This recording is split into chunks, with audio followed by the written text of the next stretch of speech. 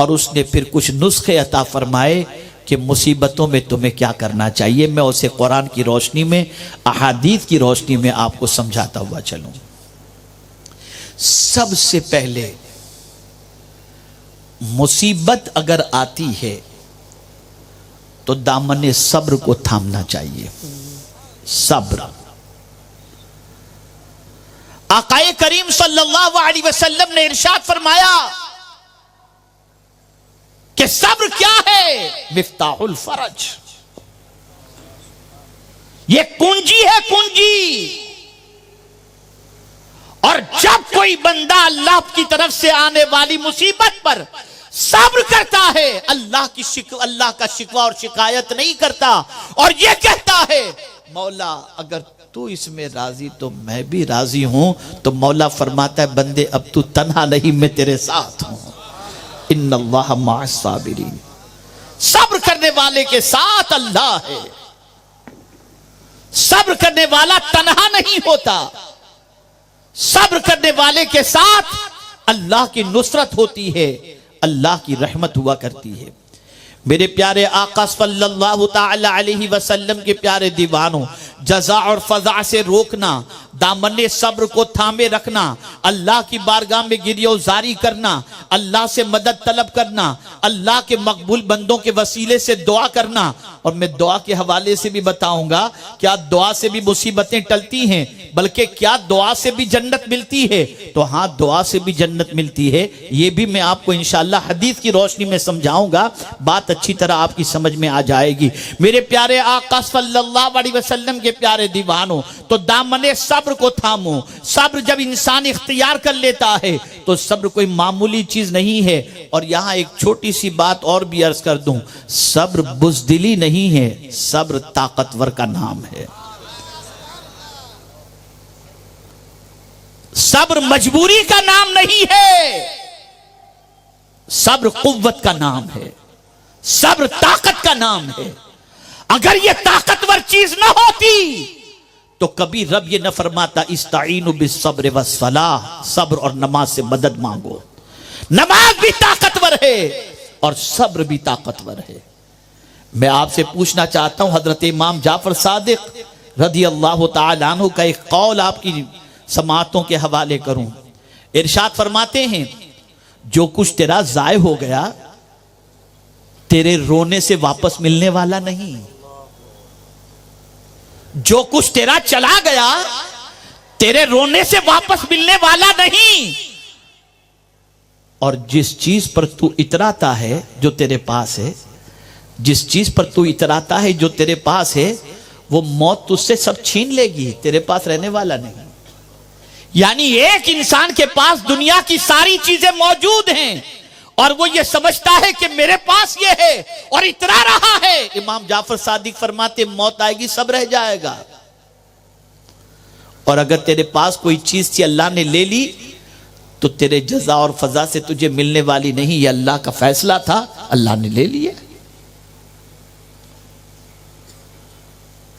तो सब्र के दामन को थामो, मजबूत पहाड़ की तरह खड़े हो जाओ और अल्लाह अज़्ज़ व जल्ल से मदद तलब करो सब्र के जरिए। मौला मुझे सब्र की तौफीक अता फरमा, मौला मुझे हिम्मत और तवानाई अता फरमा।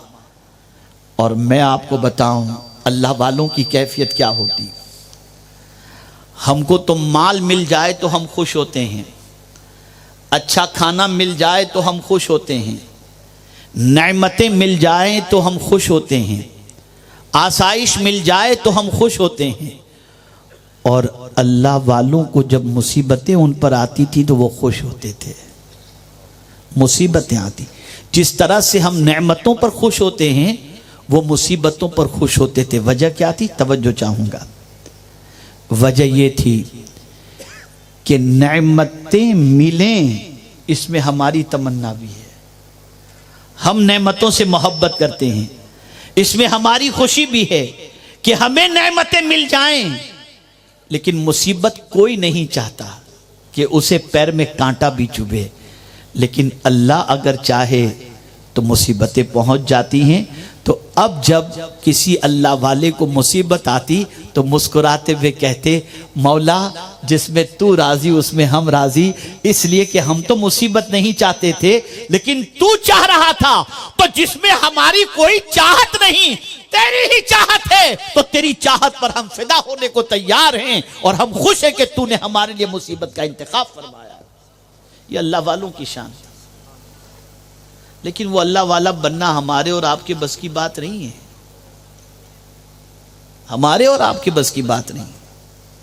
वो मकाम तक हम कहां पहुंच सकते हैं, उस दर्जे तक हम कहां पहुंच सकते हैं? उस दर्जे तक पहुंचना बहुत मुश्किल मसला है। वो जामे मोहब्बत इलाही जो उन्होंने पिया है वो हमारे पास कहां है? कह देना बहुत आसान है कि हम अल्लाह से मोहब्बत करते हैं। मुझे हजरत शिबली अलैहिर्रहमा का एक कौल, एक वाकया याद आ रहा है। अल्लाह अकबर। उन्हें गिरफ्तार किया गया, जब कैद खाने में डाला गया तो कुछ चाहने वाले पहुंचे मिलने के लिए और जाकर पूछने लगे, हजरत आप कैसे हैं? हमें पता चला कि आपको गिरफ्तार किया गया तो मिलने के लिए आए। तो बोले क्यों मिलने आए? बोले हजरत आपसे मोहब्बत करते हैं। आपने पत्थर उठाया, मारा जोर से, भागे सब। तो मुस्कुराने लगे, ये वह मोहब्बत के दावे में झूठे हैं, इसलिए कि मोहब्बत जिससे होती है तो महबूब की तरफ से फूल मिले या पत्थर मिले सब गवारा होता है। अगर ये मोहब्बत के दावे में सच्चे होते तो मेरे पत्थर को बर्दाश्त करते, मेरे पास से भागते नहीं। ये मोहब्बत के दावे में झूठे हैं। अल्लाह अकबर। ऐ रसूल आजम के दीवानों, जब अल्लाह से सच्ची मोहब्बत होती है तो आदमी ये नहीं देखता मिल क्या रहा है, ये देखता है कि देने वाला कौन है। लेकिन उस दर्जे तक पहुंचने के लिए बहुत पुख्ता ईमान चाहिए, बहुत पुख्ता अमल चाहिए, और सबसे बड़ी चीज है फिर अल्लाह का करम शामिल हाल न हो तो आदमी उस दर्जे तक नहीं पहुंच सकता। तो सब्र, यह सबसे बुनियादी चीज है। वो कौन से मसाइब हैं? एक सच्चे सादिकुल वादुल अमीन रसूल। सारे रसूल सच्चे, लेकिन जिस रसूल का लक़ब ही सादिकुल वादुल अमीन हो, उनकी अजमतों का क्या कहना। लेकिन मुझे बताओ, सोशल बाइकाट उनका हो रहा है, पत्थरों के जख्म उनके ऊपर आ रहे हैं, कांटे उनके लिए रास्ते में बिछाए जा रहे हैं। ये सारी तकालीफ यहां तक कि हिजरत भी की जा रही है, अपना वतन अजीज भी छोड़कर जाना पड़ रहा है। और जब ताइफ में सरकार सल्लल्लाहु अलैहि वसल्लम पहुंचते हैं और ताइफ के गुंडों ने जब हुजूर के तलवों पर पत्थर की बारिश की और आकाए करीम सल्लल्लाहु अलैहि वसल्लम के पाए मुबारक जख्मों से चूर होकर जब लहू लहान हो गए और नालैन लहू से तर हो गई, अब सुनिए हुजूर की दुआ। उस वक्त हुजूर एक दरख्त के नीचे पहुंचे और दुआ करते हैं, अल्लाह तूने मुझे किसके हवाले कर दिया।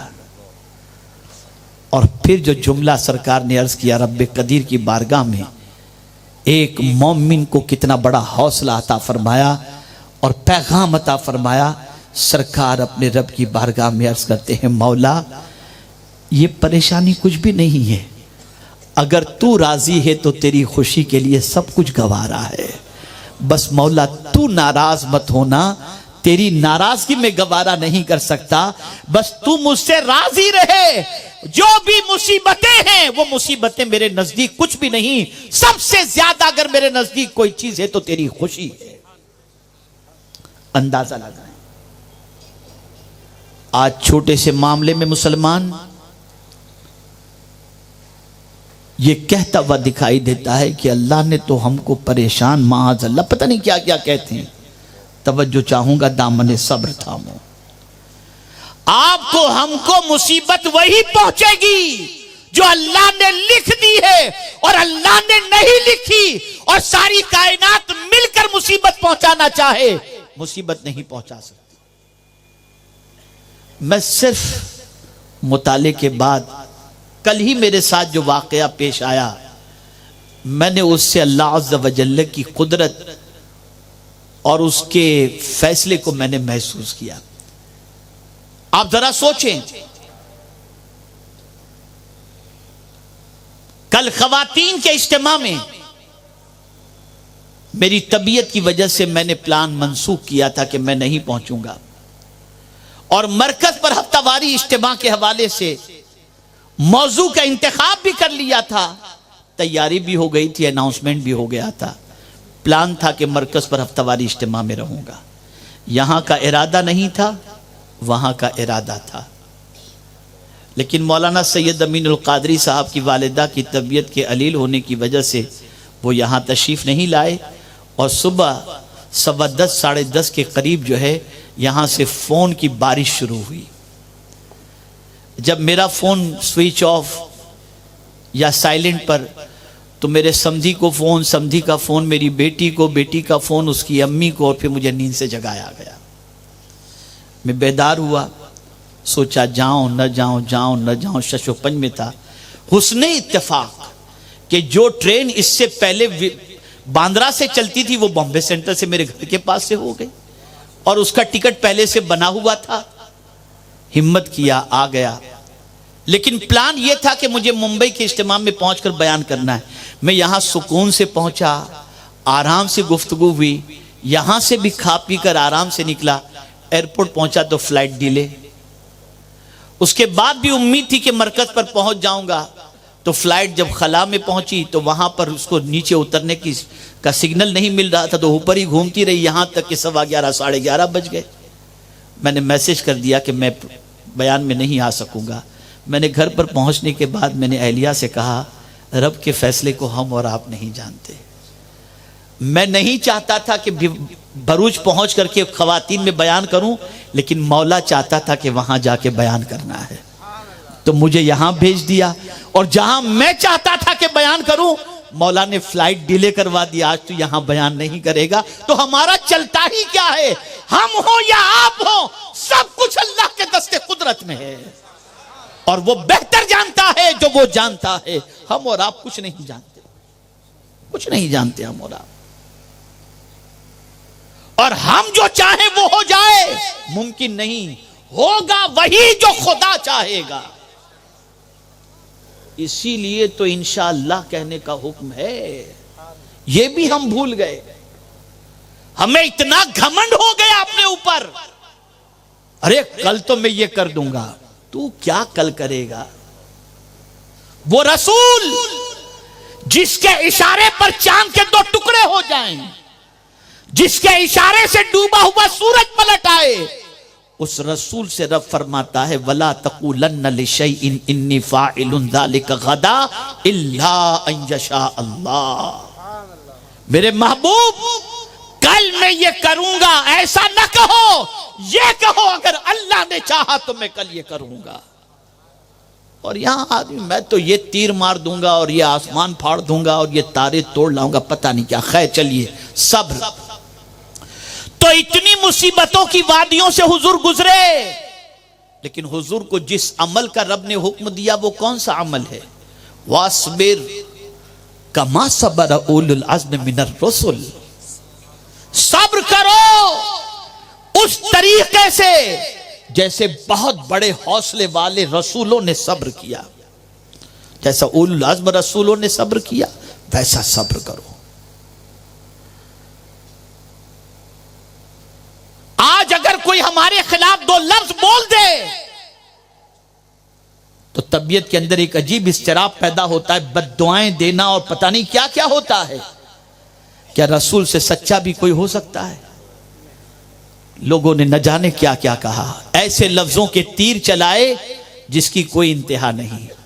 लेकिन वहां भी रब ने अपने हबीब से क्या फरमाया? आप जरा सोचो, एक पाक इंसान जिसके सच्चे होने की गवाही खुद रब्बे कदीर अता फरमाए और जिसके हवाले से दुनिया सादिकुल वादुल अमीन कहे, उस रसूल को न जाने क्या क्या कहा गया और क्या क्या लफ्जों के तीर चलाए गए।